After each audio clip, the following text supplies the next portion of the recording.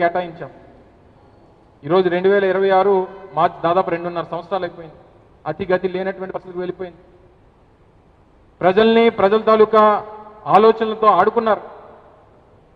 దాదాపు 35,000 మందికి ఉపాధి కల్పించేటువంటి ఆ పార్క్ కూడా ఈరోజు ఏమైపోతుందో తెలియనటువంటి పరిస్థితి ఉంది. ఈరోజు కొత్తగా గొప్పలు చెప్పుకుంటున్నారు. ఇందులో మీరు సాధించినటువంటి ఘనత ఏం లేదు.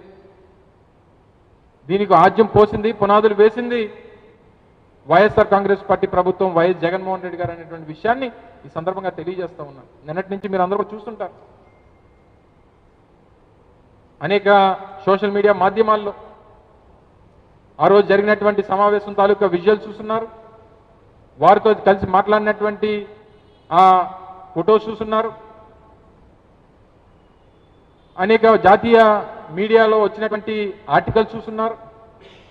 ఆర్సెల్ మెటల్ నిప్పాన్ స్టీల్కి సంబంధించినటువంటి మొట్టమొదటి పెట్టుబడి ఆ రోజు వైఎస్ జగన్మోహన్ రెడ్డి గారి ప్రభుత్వంలో జగన్మోహన్ రెడ్డి గారి తాలూకా సహకారంతో ఈ రాష్ట్రానికి వచ్చిందనేటువంటి విషయాన్ని ఈ సందర్భంగా తెలియజేస్తా ఉన్నా. చెప్పండి, మీరు 24 మాసాలు ఆల్మోస్ట్ 2 సంవత్సరాలు అయిపోతా ఉంది. మీరు అధికారంలోకి వచ్చిన తర్వాత అధికారంలోకి రావడానికి మీరు ఇచ్చినటువంటి హామీ ఏంటి? మీరు ఇచ్చినటువంటి హామీ 20 లక్షల ఉద్యోగాలు. మేము అధికారంలోకి రాగానే 20 లక్షల మందికి ఉపాధి చూపిస్తాం, ఈ రాష్ట్రంలో ఉపాధి కల్పిస్తాం. ఒకవేళ ఉపాధి కల్పించకపోతే ప్రతి నిరుద్యోగ యువకుడికో యువతకో 3,000 రూపాయలు నిరుద్యోగ వృత్తి ఇస్తాం. ఇది మీ ఎన్నికల హామీ. చెప్పండి, 24 మాసాల్లో మీరు ఇచ్చినటువంటి ఉద్యోగాలు ఎన్ని? మీరు సొంతంగా తీసుకొచ్చినటువంటి కంపెనీలు ఏంటి? ఆ వచ్చినటువంటి కంపెనీల ద్వారా వచ్చినటువంటి ఎంప్లాయ్మెంట్ ఏంటి? గడిచినటువంటి అనేక సమావేశాల్లో అడగడం జరిగింది. చెప్పండి, ఒక వైట్ పేపర్ రిలీజ్ చేయండి. 2024 సంవత్సరం తర్వాత మేము వచ్చిన తర్వాత మేము తీసుకొచ్చినటువంటి, మేము మెప్పించి ఒప్పించి తీసుకొచ్చినటువంటి కంపెనీలు ఇవి. ఆ వచ్చినటువంటి కంపెనీల ద్వారా ఇన్ని వేల మందికి, ఇన్ని లక్షల మందికి ఉపాధి కలిగింది. పేపర్ మీద చూపించకండి దయచేసి. పేపర్ మీ న్యూస్ పేపర్లోనో మీ టీవీ ఛానల్స్లోనో 20 లక్షల పెట్టుబడులు, 20 లక్షల కోట్ల రూపాయల పెట్టుబడులు, 50 లక్షల మందికి ఉద్యోగాలు, ఈ తప్పుడు ప్రచారం ఇంకా ఎంతకాలం, ఇంకా జీవితాంతం ప్రచారంతో, మార్కెటింగ్తో, పబ్లిసిటీతో మీరు ఈ సమయాన్ని మీ తాలూకు అధికారాన్ని గడిపేయాలని చెప్పి దయచేసి చూడొద్దు. ప్రజలకు మంచి చేసేటువంటి కార్యక్రమం, పేదవాడికి ఉపాధి కల్పించేటువంటి కార్యక్రమం, నిరుద్యోగ యువతకి భవిష్యత్తు చూపించేటువంటి కార్యక్రమాన్ని చేసేటువంటి దానికి తాపత్రపడండి. ఒక పక్క ఈ గొప్పలు చెప్పుకుంటూ పక్కన ఉన్నటువంటి 32 మంది ప్రాణాలు బలిగొని సాధించుకున్నటువంటి విశాఖపట్నం స్టీల్ ప్లాంట్ పరిస్థితి కేవలం 24 మాసాల్లో, వారి అధికారంలోకి వచ్చినటువంటి 24 మాసాల్లో 10,000 మంది ఉపాధి పోయింది స్టీల్ ప్లాంట్లో, విశాఖపట్నం స్టీల్ ప్లాంట్లో. మరి వారికి సంబంధించినటువంటి భవిష్యత్తు ఎవరిస్తారు? మీరు ఇప్పుడు వచ్చినటువంటి మిట్టల్ స్టీల్ ప్లాంట్కి సంబంధించినటువంటి గనుల కోసం కేంద్ర ప్రభుత్వాన్ని కలిసారు, అడిగారు, తప్పలేదు, అడగండి, తప్పలేదు.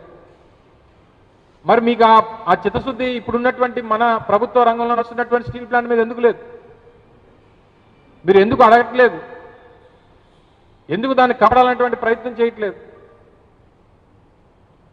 ప్రతి నెల, ప్రతిరోజు అయితే ప్రభుత్వ రంగంలో ఉన్నటువంటి ఉద్యోగస్తులు ఎవరైతే ఉన్నారో వారికి విఆర్ఎస్లు, కాంట్రాక్ట్ రంగంలో ఉన్నటువంటి ఉద్యోగస్తులకేమో వారిని లే ఆఫ్లు.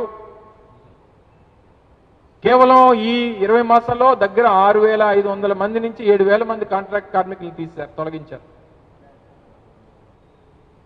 విఆర్ఎస్ల పేరిట లేదా మెగా విఆర్ఎస్ల పేరిట పర్మనెంట్ ఉద్యోగస్తుల్ని దాదాపు 4,000 మందిని తొలగించారు. దగ్గర 10,000 మందికి ఈరోజు ఉపాధి కోల్పోయారు. మీరేమో ఒక పక్క ఏమో లక్షల ఉద్యోగాలు చేస్తున్నాయని చెప్పని అంటారు. ఇప్పుడు అడిగితేనేమో ఎన్నికల ముందేమో సంవత్సరానికి 5 లక్షల ఉద్యోగాలు, 4 లక్షల ఉద్యోగాలు, 5 సంవత్సరాలు 20 లక్షల ఉద్యోగాలు. 2 సంవత్సరాల తర్వాత అడిగితేనేమో వచ్చే 3 సంవత్సరాల తర్వాత 5 లక్షల ఉద్యోగాలు వస్తాయని చెప్పని అంటున్నారు. వచ్చే 3 సంవత్సరాల తర్వాత మీరు ఉండాలి కదా. మీరు ఉండరు కాబట్టి 3 సంవత్సరాల తర్వాత అని చెప్పానంటారు. 2029 వస్తుంది, ఎన్నికలు వస్తాయి, ఇంటికి వెళ్ళిపోతారు. అడిగితే మాకు సంబంధం లేదంటారు. అంటే మీకు ఇప్పుడు గడిచిపోతే చాలు, ఈ రోజు గడిచిపోతే చాలు, ఈ రోజు ప్రచారం జరిగిపోతే చాలు,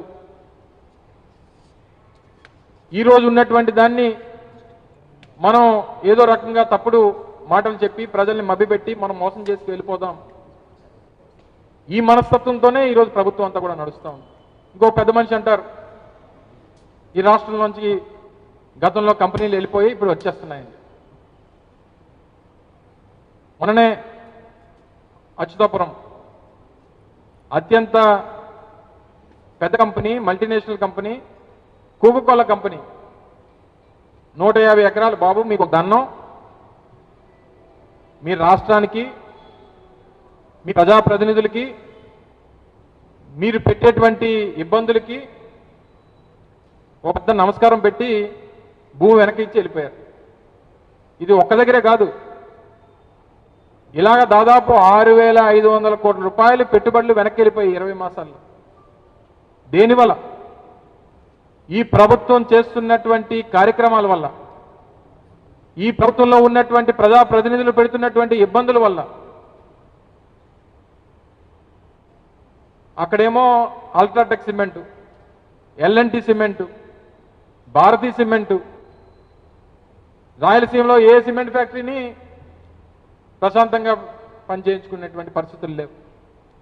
పక్కనే హెచ్ఆర్లో యూబీ బియర్ ఫ్యాక్టరీ ఉంటే అక్కడ శాసనసభ్యుడు, ఆయన డ్రామా ఆర్టిస్టు, ఎక్కువ ఈ ఎమ్మెల్యే స్కిట్లో వేసుకుని ఉంటాడు. ఆయనేమో అక్కడ నాకు కప్పం కడితే తప్ప మీ ప్లాంట్ నడవడానికి వీల్లేదు, నాకు నెలకింత, సంవత్సరానికింత, రోజుకింత అని చెప్పి ఆయన అడుగుతాడు. పక్కన ఉన్నటువంటి మా అనకాపల్లి పార్లమెంట్ సభ్యుడు, అలాగే ఆ వారి జిల్లాలో ఉన్నటువంటి ఇంకొక శాసనసభ్యుడు కలిసి అక్కడ ఉన్నటువంటి ప్లాంట్లని కడపలో వారు ఇబ్బంది పెడతారు. ఎవరో ఒక అనామకురాలు అయినట్టు ఒక యాక్ట్రెస్ని ఎవరో తెలియదు కూడా, ఏ సినిమాలో యాక్ట్ చేసింది కూడా తెలియదు, ఎవరినో తీసుకొచ్చి పెద్ద కంపెనీ, దేశంలో టాప్ 5 కంపెనీస్లో ఉన్నటువంటి జిందాల్ స్టీల్ ప్లాంట్, జేఎస్డబ్ల్యూకి సంబంధించినటువంటి సంస్థ లక్షల కోట్ల రూపాయలు ఈ రాష్ట్రంలో పెట్టుబడులు పెట్టాలని చెప్పి ముందుకొచ్చి కడప స్టీల్ ప్లాంట్ నిర్మాణం చేస్తామని చెప్పి ముందుకొస్తే ఊరు పేరు లేనటువంటి ఒక సినిమా యాక్టర్ని తీసుకుని వచ్చి ఆవిడతో ఏదో కేసు పెట్టి ఇబ్బంది పెట్టి వారిని వెళ్ళగొట్టేటువంటి కార్యక్రమం చేశారు. మరి ఆ పెద్ద మనిషి మరి ఎలాగ మాట్లాడారో నిన్న మరి నాకైతే అర్థం కావట్లా. చెప్పనండి, ఈ 24 మాసాల్లో వారు అధికారంలోకి వచ్చిన తర్వాత కంపెనీల పేర్లు మాకు వద్దు, ఈ భూమి మీరే తీసుకోండి చెప్పి వెనక్కి వెళ్ళిపోయినటువంటి కంపెనీల లిస్టు